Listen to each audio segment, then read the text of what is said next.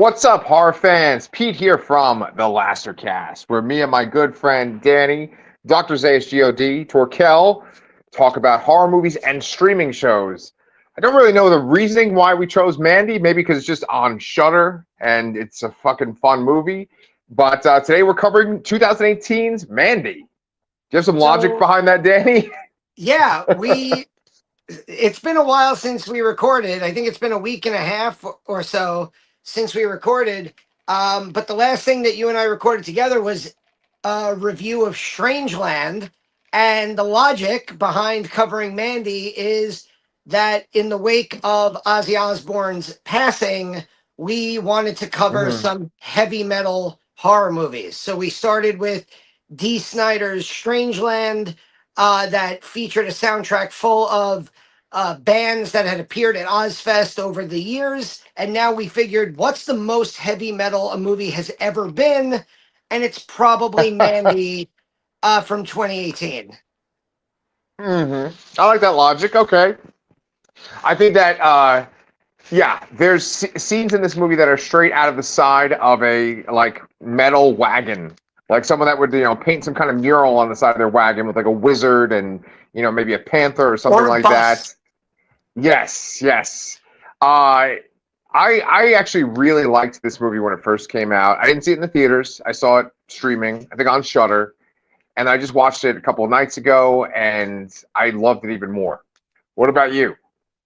So similarly, I did not see this in the theater, and I think that that is a major regret that one day I would like to correct, Yeah. because I saw this later on when it probably premiered on Shudder, and there was a lot of hype around it, and I liked it, but I remember thinking, I think this movie fell victim to the overhype buzz, where I liked it, but had it not been the most talked about movie in the horror community, I might have loved it.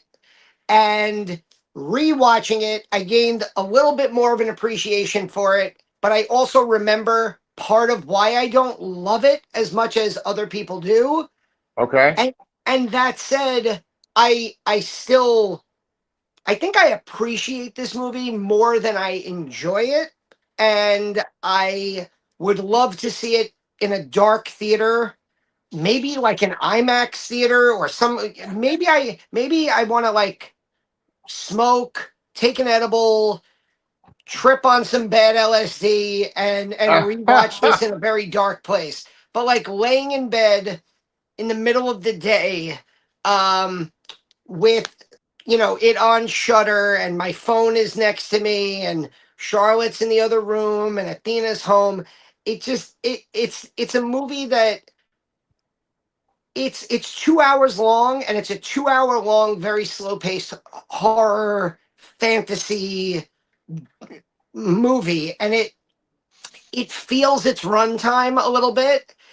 Okay. Um, I would describe this almost like watching a John Woo action movie, where Okay. the action scenes are insane, but they're also in slow motion, and there's doves flying in the background, and sometimes you just want to watch things in normal speed, and you want to Right. watch uh like almost a normal revenge horror movie, instead of like an art house uh menagerie of drug induced colors. And so I very much appreciate it. I like it a lot. I love parts of the movie. As a whole, I'd probably give it closer to like a 7 or 8 than a 10.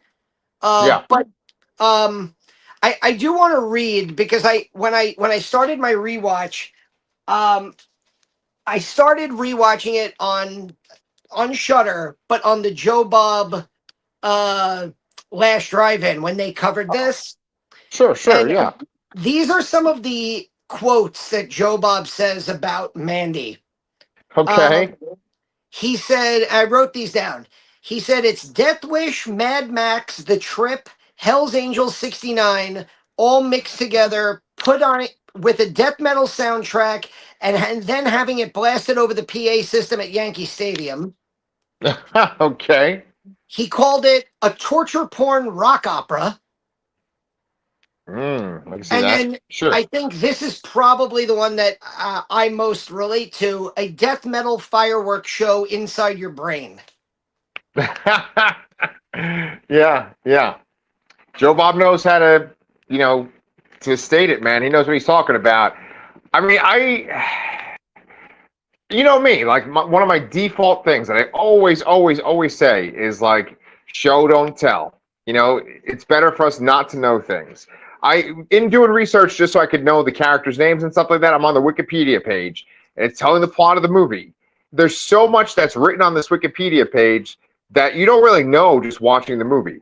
It's 1983, for instance. I didn't know that. They're saying that Nicolas Cage is a recovering alcoholic war veteran lumberjack named Red Miller. I mean, I know that Mandy calls him Red, and I know that her name is Mandy because she's the main character of the movie besides Nicolas Cage. But her last name is Bloom. I didn't know that. It does talk about her abusive childhood. Yeah, we get that in the movie. But there's so much that's just like referred to, and there's not a lot of explaining. A lot of stuff you kind of feel like is an interpretation of what's going on. But I like a movie that's slow and has crazy imagery in it because I feel like it's communicating like with your subconsciousness versus like directly stating something. It's like dreamlike. That's why I like David Lynch so much, right? Like Yeah. watching this movie made me think of David Lynch. You know, it was much more like metal than David Lynch and much more of like a horror movie than David Lynch can be. But I still felt like it was someone that was inspired by David Lynch, at least. Well, I mean, Panos Cosmatos, he grew up in the film. It's very interesting. His father was a very prominent director, and his mother, and I got this from Joe Bob, his mother was an artist, and a lot of the painting that Mandy does is, I believe, either actual photos, actual paintings that his mother did, or they're like Okay. very much inspired, and like the way that the camera would pan up at the sky and there'd be those amazing shots. Yeah. It almost reminded me in the colors and some of the shots of another Nicolas Cage movie that we covered a long time ago on this channel, Color Out of Space. Yes, Um, sir. and it has that very cosmic horror feel for a movie that is not cosmic at all. In fact, it's very grounded in Yeah. um uh but yeah, like to your point, like I think it does have like a title card that says like circa 1983, but like you almost have to like listen carefully to find out his name is Red. The only character aside from Mandy who is like prominently name dropped is Jeremiah. Mm-hmm. um and you have other characters in the credits that are just known as like Richard Brake is the chemist. And Yes. Yes. uh Yeah. I so mean, you're right with the title cards. Like, there is a title card that says "The Children of the New Dawn" or "Children of the New Dawn." You know. yeah. But uh yeah, there are a few cards like that. Go ahead. No, but like there's not a lot of dialogue overall to begin with. Exactly. Like Yeah. Nicolas Cage has this like weird thing where he'll take roles, insane roles that have like very little to no dialogue. Like Willy's Wonderland, he does not say I think a single word in the movie. Oh Um wow. and in this movie it feels like he doesn't really say anything until he has his breakdown and he goes to Bill Duke for his weapons and he goes on his revenge tour. Uh but yeah, like He Panos does. He does say Cosmatos. stuff. He says stuff like when he comes home from work and he sees Mandy. He says like knock knock, and she says who's there, and he says what's his name from Chips, Eric Estrada from Chips. Remember he says a joke, and then they're Yeah, lying in bed together and they're talking about like what's your favorite planet, and then he says like Galactus is his Galactus. favorite planet. Yeah, yeah, yeah. Very timely reference given Right. Fantastic Four is in theaters now. Right, right. Well, I'm sorry. You were going to say something about Panos Cosmatos? Well, no, I mean like his father. Um, let's see. Have you seen the Stallone classic Cobra? I have not, but I've seen Tombstone. His father Oh, did Tombstone, right? his father did one of the great modern westerns of all time, Tombstone, a movie that I absolutely love. His father did, I believe, if it's not First Blood, then he did Part Two. I think he did Rambo First Blood Part Two. Oh, And wow. my favorite movie of his, even more than Tombstone, and I've brought this up on the channel, it's a movie that I think I rented more than almost any other, Hmm. is the underwater Thing slash Alien homage or ripoff, if you want to call it that, Leviathan. Leviathan. Nice, man. That's all. His dad did that? His George Cosmatos directed that, Oh, and shit. Okay. so Panos Cosmatos grew up with like filmmaking in his blood, and he also grew up with art in his blood. His father did make, an underwater horror movie with creatures and also did like violent, bloody action movies. So Yeah. he does have that like in his DNA. And it's interesting, like this movie had so much buzz around it that Yeah. when I went to IMDb, I almost expected there to be like two or three other movies that Panos Cosmatos has done since then. And Right.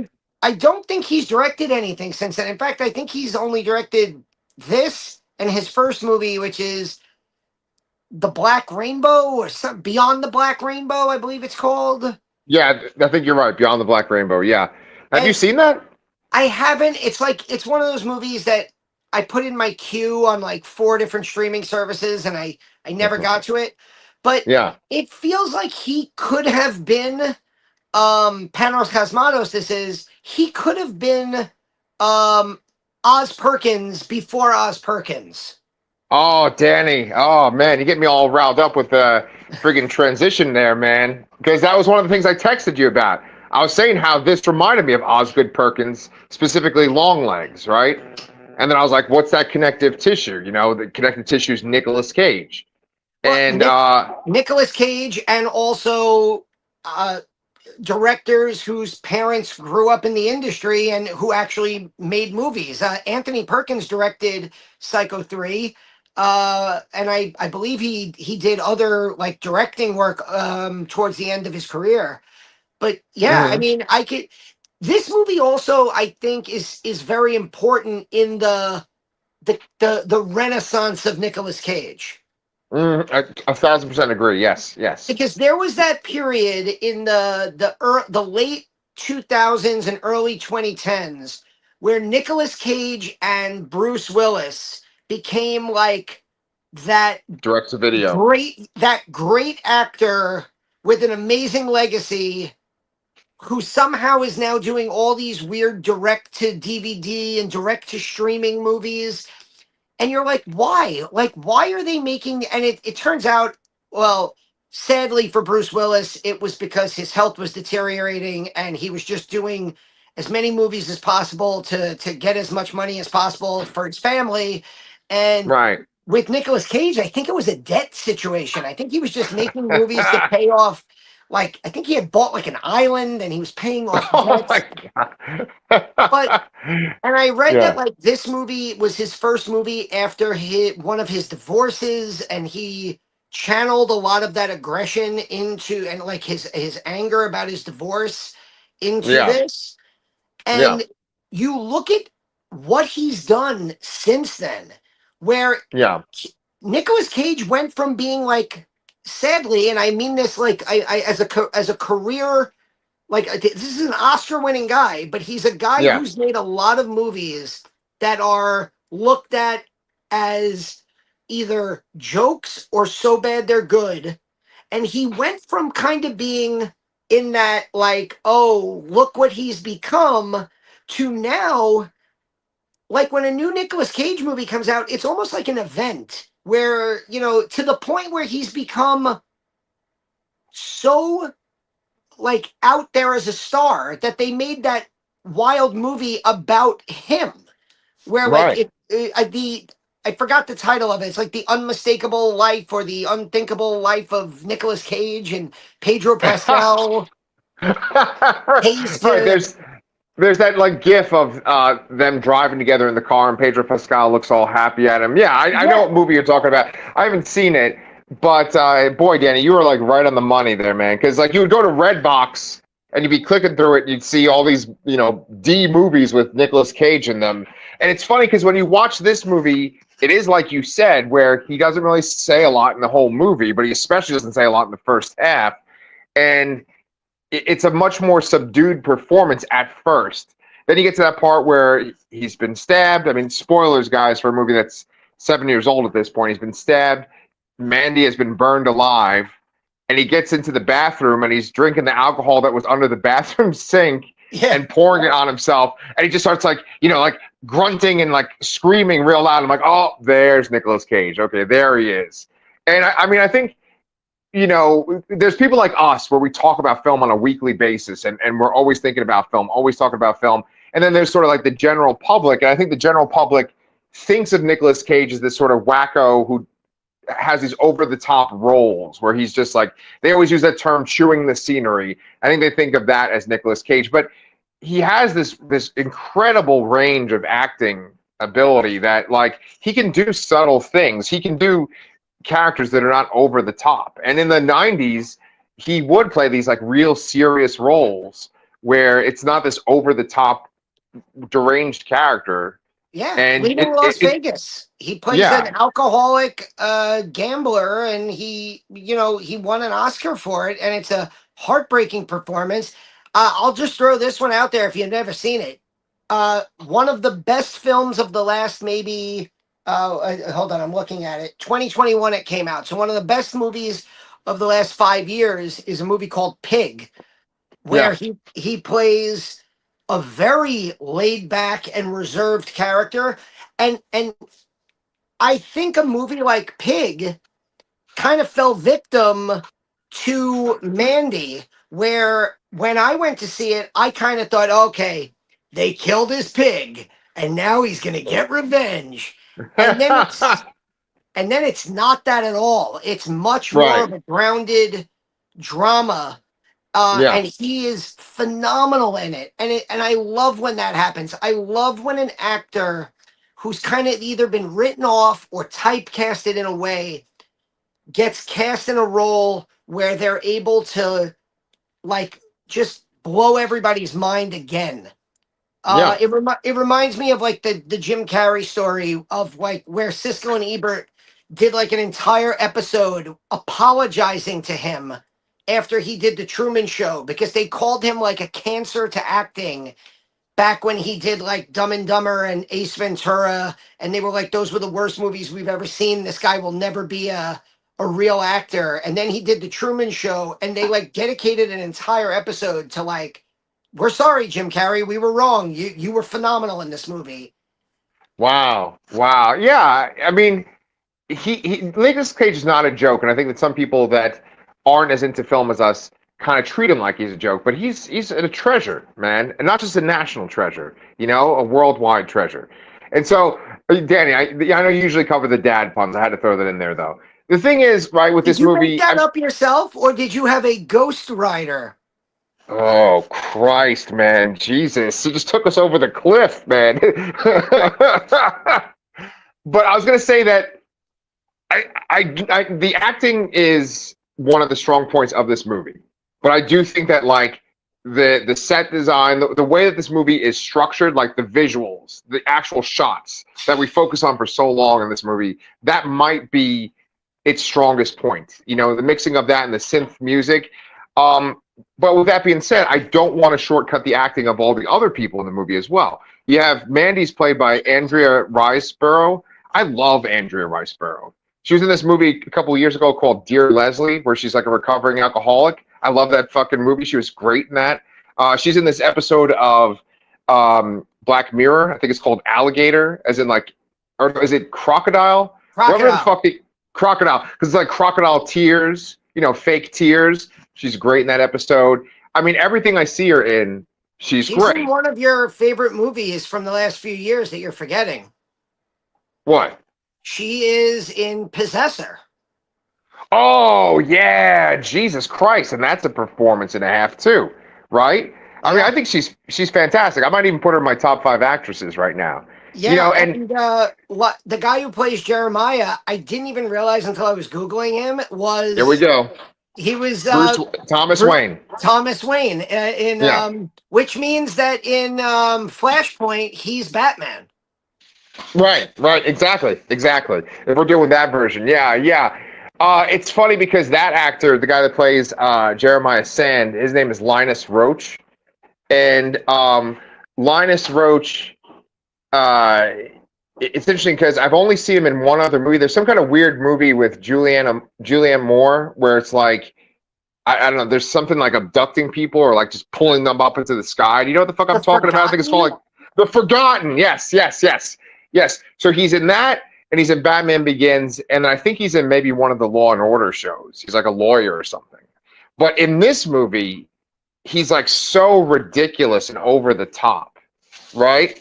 And Danny, before we talk about anything else, I got to talk about what I think is maybe my favorite sequence in the whole fucking movie is when they kidnap Mandy. They have this gigantic bug like sting her after they pour drops into her eyes, and she's like tripping out. He comes out in this robe, and I fucking love this shot where it's just his face, and it's like neon lit, and then his face morphs into her face. And it's a still shot, but it's just his face morphs into her face multiple times. That's my favorite part of the whole fucking movie because it's so Yeah, trippy and it's so well done. I love that that fucking whole. part. I mean, you really. I don't do mind altering drugs, but I feel like this is a movie that lends itself to that, and that scene in particular uh, Yes. is so trippy. And then Mm-hmm. there's like the scene where he has the fight with the guy in the living room, and he kills the guy, and the guy's blood is just shooting out onto his face, and then he just buries his face in the drugs, and oh, and then he Yeah. takes Right. the gray goo, and he had there's like these animated like interludes, and there's like Yeah. the face melting scene. Yeah. It's so wild and out there. Like, and Right.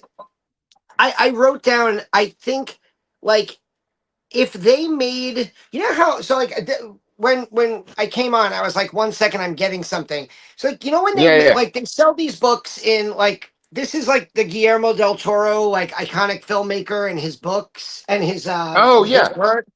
And they're like, Yeah. they're basically like these big coffee table books, right? Yeah. And they have like, great images from all the work and everything. And I Right. just, as I'm watching Mandy, I'm like, if they took every still shot in Mandy Mm-hmm.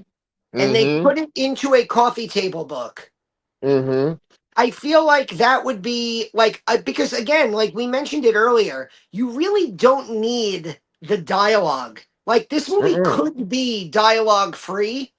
You'd Mm-hmm. understand everything that's happening. Mm-hmm. And the visuals are so loud that Mm-hmm. even on paper, they would be amazing. By the way, I Yep. looked it up. The Nicolas Cage movie that I couldn't remember the title of was The Unbearable Weight of Massive Talent. Jesus Christ, that's a mouthful. That's what she said. But anyway, I was gonna say that like this movie, it's a fucking fever dream, and it's like I keep thinking about David Lynch. Like David Lynch was always about you find your ideas like they come to you. It's like you're going fishing and you find them like your subconsciousness gives you your ideas, right? And I think that like David Lynch's movies and this movie and maybe Osgood Perkins movies as well, like they're going to resonate with you. You might think certain parts are stupid. You might think it's boring or it's taking too long, but there's imagery in them that you're not going to be able to shake off because, like, just the seeing the image, like, sticks into your mind. You know, it like clicks something inside of you, you know, and this movie is just like chock full of it. I think of like that church at the end, like for the cult that like triangular church, that's just like burned into my mind. I think about like Mandy's fucking burned corpse, and you see like her skull on the ground, and then her skull kind of, turns to dust at one point too. I mean, even like their bedroom where they sleep. I love their fucking bedroom where it's like it's almost like a menagerie where it's like all glass around them. And then Yeah. there's this crazy fucking scene. We haven't even talked about the crazy fucking bikers in this movie yet. The LSD bikers, but like they show up in that bedroom, and it's this crazy visual as well. Yeah. You want to talk about those bikers a little bit? Well, I mean, like Joe Bob was talking about when he introduced the movie about how like Panos Cosmatos, like it's very obvious he wears his like what's the expression? You wear your Influences? influences on your sleeves, Yeah. and like to me it was very obvious that that was inspired. Cenobites. Yeah, 100%. Yeah. Those are Yeah. like those Yeah. are those are nothing but Cenobites, but they're fucking cool Cenobites. Like it Right, was just, right. and the fact that like in the middle, like when you first meet them, you're like I genuinely thought the first time I saw it that like the children of the new dawn are they're like opening a gateway to hell, and these like Yeah. soldiers from hell are coming out. But then you Right. get this like in maybe like the one piece of exposition in the whole movie, but it doesn't matter because it's coming from fucking Mac from Predator. Right. um Bill Duke, yeah. he he talks about how he's like, oh yeah, this gang, and they got some bad LSD, and it's like, oh, they're like rotting human corpse bikers who like need more bad drugs to keep going. Yeah. And yeah, it's fucking crazy. And it's like um it like I like how the second half of this movie almost feels like uh a crazy video game where it's like Nicolas Cage is going through levels of like, all right, I have to beat one crazy biker. Then I go upstairs and I have to defeat the other crazy biker. Then I Right, have right. to then I have to like fight the craziest of the bikers. And then after I defeat the biker gang, I have to go through the children of the new dawn one after Yep. another. And it's like he powers up and he makes the crazy axe Yep. spear, and then he has the crossbow, and then there's a fucking Texas Chainsaw. Chainsaw Massacre 2 chainsaw fight. Right, um right. it's just and it all leads to a literal like eye-popping moment. Yeah, yeah, yeah, yeah. I mean, let's bring it back to Bill Duke for a second. Like, I love that Bill Duke is in this movie. I love Bill Duke. This scene where he just shows up. He's just this random guy in the woods that knows Nicolas Cage. He's giving him his crossbow back, like Nicolas Cage's crossbow, so he can go The hunting. He, Reaper. yeah, right, right. He gives this exposition about these bikers to kind of make it seem like it's a grounded movie. Like the movie kind of goes back and forth where it's like this is totally bonkers fantasy world, or it's like this is the real world, but these people are on drugs, or this is the real world and these people are in a cult. So he has this cameo. Then the other guy they go to see, that, like you mentioned him before, they call him the chemist. He's played by Richard Brake. And, obviously he looks real familiar. It's kind of funny because he's in fucking Batman Begins too. He's Joe Chill, He right? kills Thomas Wayne. Right. And he's in such a random scene, but it's a scene that I love because even though, you talked about Color of Space, and we talked about Nicolas Cage in that. There's a little bit of like Lovecraft shit in this too. Like there's one part where Nicolas Cage goes to see this guy, the chemist. He's talking to them, and the chemist says this kind of line of like, "You've been touched by the darkness," or something like that, or like, "There's a darkness inside of you." And he's like, "Look down at the ground, and you see all these bugs on the ground." That's such a Lovecraftian thing. Yeah. And the bikers are kind of Lovecraftian too, because Oh, definitely. you know um but I love that fucking imagery and the synth music. It like this is in my fucking wheelhouse, this movie. It's like But my kind of thing. Yeah, the yeah, other thing that yeah. feels Lovecraftian is Hmm. at no time, you see, and this is one reason, well, where I like the Bill Duke scene. I Mm-hmm. would I would almost rather it have not been there, because Mm-hmm. without that scene, everything else in the movie Mm-hmm. feels like it could be some kind of crazy phantasmagoric phantasmagorical fantasy. You know what I mean? It Yeah. it feels like there he could have died. Like the Yeah. children of the New Dawn could have killed him, and he's in hell, and he's fighting in hell. Like after he visits the chemist, he like goes through like this long tunnel, and he comes out at this triangular church, and he goes into the church, and it deep into the like the dark of the caves, and he like meets Jeremiah, and nothing about it feels like grounded in reality, except that like we met a couple of characters that may have, like the fact that Mandy seems to work at a store.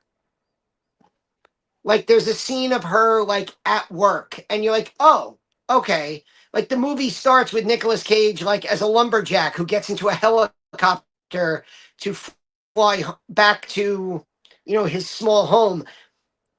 And there's like these very few moments of the movie that cling the movie to reality, and everything else in the movie is trying so hard to pull the movie out of reality Right. that Right. it it makes it such a wild, like again, wild trippy viewing experience. Not to Right. mention the fact that like the colors, the fact that there's like a mix of the slow motion, the fact that like the camera does that cool trick where like you'll walk this way and like your image will like drift a little bit behind you, and you're like, Yep. it everything feels like it's real, but it also might not be real. Right, right. And see, I eat that shit up, man. I love that idea of like it's two things at once because I actually usually feel like reality is like that. It's like two things at once. It could be two different interpretations, right?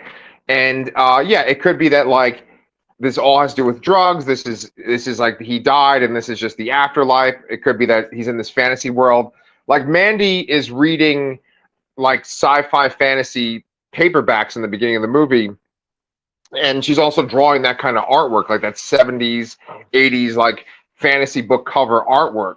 So it's almost like he died and he's gone into a delusion and he's in that kind of world of this like fantasy book thing, right? Yeah. And my mom, like, she came by, she like left this note or whatever because she watched Mandy recently too. But it says supposedly the actor Linus is a member of a cult in New York.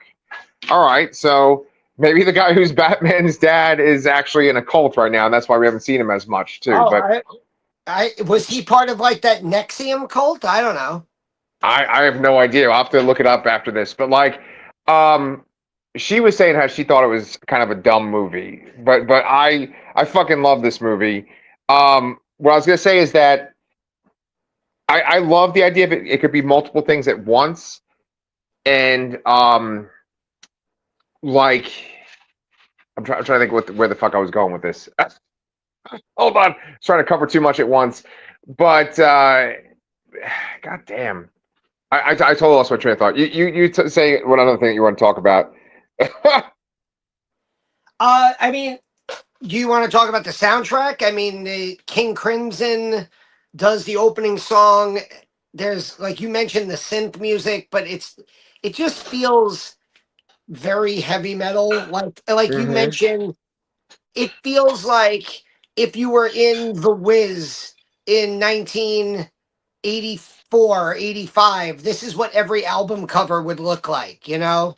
Yeah. Uh, Oh, and now I remember my point. I'm sorry. I know I'm real annoying, but my point I was going to say is I love that duality where it could be two things at once, and I feel like that scene where Mandy is on drugs, it could be like two different things at once. Because when you listen to, uh, the cult leader's speech, he says some kind of thing of like, I was with the shining people, but they wouldn't accept me, and you could take it like this sort of 70s fantasy sci-fi kind of thing where he's talking like he's some kind of like god or prophet, right? And like he literally means what he's saying, but then you could also take it as like he was trying to be an actor and he couldn't get a job in Hollywood, and so he's starting on his own cult. You know, Well, so that's good. I was reading I think on IMDb that they said that he was based very much on Manson and like the similarity of like Manson trying to get into music, and when his music was criticized he would get very angry, and that's like part of what like drove him to, start his cult and everything. Yeah, But yeah, I love, like, Mandy is barely in the movie Mandy, and she's but I love that scene where even though they've drugged her, and like he's giving her the whole, you know, you were calling out to me even though you were silent, and he's giving her the whole routine that's obviously worked on a lot of other people. right. That she just laughs in his face, and it, like, his whole facade just shatters instantly.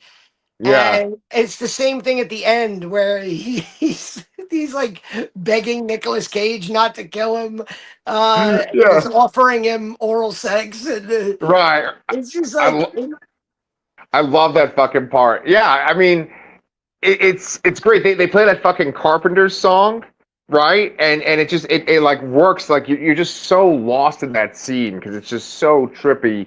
And like the music kind of stops, and he just starts talking at one point, then the music starts up again, like as if like you kind of like paused reality for a second. I love that. And like all of his weird cult members, they all have kind of memorable, interesting deaths. He has that one guy that seems to be like really into him, and then Nicolas Cage like takes that fucking sword thing that he made and he just shoves it in the guy's mouth, and he just like sticks it further and further into his head until he dies. There's that one girl, that young girl that's in the cult, and at one point when they have Nicolas Cage tied up, they go to do like Russian roulette with her and like show your devotion to me, and she holds like a loaded gun to her head, but like luckily she pulls the trigger and it's an empty chamber. she doesn't get Um, killed, right? she doesn't get killed. She doesn't get killed. There's the guy in the chainsaw duel where he ends up falling on the chainsaw, and that's pretty rough. And then I love when that older actress, but I feel like I've seen her in other things too. That lady with okay. Oh, you know what? She was in that fucking stupid movie that we saw, Danny. Watchers. Do you remember that we saw? It's Shyamalan's daughter, or the Yes. Watchers. Yeah, she was we in that. we Yeah, well, she was also brought back to play Marilyn Burns's part in Texas Chainsaw Texas Chainsaw 2022, where she Yeah, was basically the Jamie Lee Curtis, Laurie Strode of that movie, except right. Leatherface throws her in the trash, just like Nicolas Cage kicks her head down a tunnel.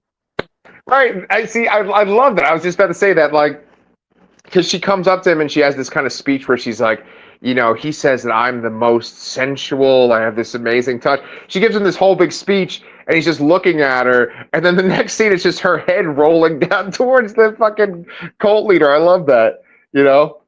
Do you know what I think is a fucking crazy scene that kind of gets lost in all this? And again, it goes back to that idea that, like, the first time I saw this, I thought that I thought that biker gang was like literally like a group from hell.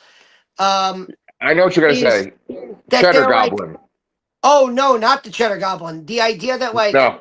they're like, oh, we need to get the Black Riders or whatever they're called, and he's like, what can we give them? Give them the fat one. And Oh like, yes. there's like another member of the cult. There's like this chubby kid who looks like he's like 18. And they Right. like just offer him up, and he's like dragged away by like the Yes. fucking biker gang. And you're like, oh, Yes. they're gonna eat him now. And it's like, they're Yes. not human. But like, they are, but they're not anymore. It's like, it's that, Right. like, what the fuck is this? Like, this is not like a real version of reality. Right. I exactly. It's that duality. It's like these are just crazy bikers that are addicted to LSD, or they're fucking like demons. And there's like four of them too, like the Horsemen of the Apocalypse. They're all kind of different. No, I love that shot of that kind of chunky guy getting pulled away by one of them because it's like kind of just it almost feels like a '70s horror movie, like some kind of Hammer horror movie or Amicus horror movie, the way it looks because it's kind of cloudy and the lighting is weird. And it just kind of gets pulled back. I love that shot. That stuck with me since I first saw the movie too. I mean, it's got a ton of memorable shots, and we always try to keep these within 1 hour. But like, this is the kind of movie where you could just go like segment by segment and break it down, like the way that Kevin Smith breaks down like superhero movies. Yeah. What else did you want to talk about? Was there anything else you wanted to cover with this? I, I mean, I think like I've pretty much talked about like I mean it's basically broken up into the three parts. I love that Mandy, the word Mandy appears on the screen at the hour and 15-minute mark, which I don't know if that's the latest a title card, if you can call it that, has ever appeared for a movie, but that's pretty Right, fucking awesome. Like right, an hour and 15 minutes into the movie, Mandy. It's like, right. Yeah. I'm just trying to think if there's anything else I want to talk about. I mean, I mean, there's, yeah, go ahead. I just think like I wonder what Panos Cosmatos has kind of been doing. Like there's there's like a lot. I feel like a lot of like we mentioned Oz Perkins, but even Hmm. like a movie like Midsummer and some of like Ari Aster's work Hmm. um feels kind of like Mandy-ish. Yeah, Um and I just kind of wish there was more of Panos Cosmatos stuff for us to cover. I having watched this, I am definitely going to go and watch Beyond the Black Rainbow.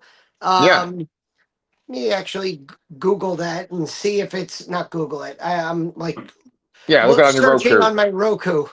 Yeah, but honestly, Danny, if you want to just fucking cover that next, like if we don't have another thing lined up to cover next, we could just do that next if you want.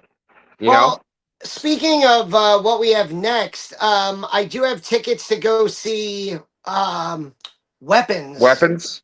Oh, I'm tonight. jealous. Yeah. So I'm looking forward to that. And I'm Charlotte is supposed to come with me, but then it is also a 9 o'clock show, and I am going to the gym at 6:15 tomorrow morning. So I have a new gym that I'm obsessed with. Oh yeah, you were telling me about that. Yeah, It might yeah. also Well, be a what? cult. I might actually be in the Children of the New Dawn right now. Oh Jesus. Yeah. I mean, I like this movie a lot. Whether my mom says it's stupid or if people don't like it, I think it's fucking great. You know me. I love stuff where it feels more artistic versus like by the numbers. Like I want something that's gonna make me feel like kind of weirded out, wonder what the fuck I just saw, question things, wonder what things mean. That's why I love David Lynch so much, and Yeah. that's what the kind of movie this is. You know, so as far as like what's on our channel, I think you and I are going to cover weapons, maybe even next week. And then what else do you got up there right now? Well, Alien Earth comes out. I Oh believe it's yeah, Tuesday, right? August 12th. yeah, fuck yeah. Okay. And so that is very exciting. And doesn't the new Predator movie come out in September? So Yes. we have like some. Jesus. We're going to be jumping back into the Alien Predator universe very Yeah. soon. Um, I have been uh, I've been going down another Tubi rabbit hole, Okay. watching a lot of late 80s kind of sleazy thrillers Mm. that are not horror, but definitely like fit the motif of like something that we would cover. I might talk a little bit about those. I was thinking about doing a video on some of these like lesser known 80s thrillers that I've been watching on Tubi. One of them stars Elizabeth McGovern and Steve Gutenberg, and What? Okay. it's directed by Curtis Hanson, who would go on Oh, to direct LA L.A. Company. Confidential. Yeah, LA Confidential is my fucking top 10. it's called Yeah. The Bedroom Window. Oh. Very. kind of like, you know, kind of little sleazy, uh, decent like crime thriller, almost Hitchcock esque. Weird to see Steve Gutenberg in that role, Yeah, um, yeah. but also kind of interesting to see him playing like a straight laced, like non comedic ladies' man who Yeah. has like sex with a topless Isabella Huppert, I think her name is, or Huppert, or yeah, very very weird.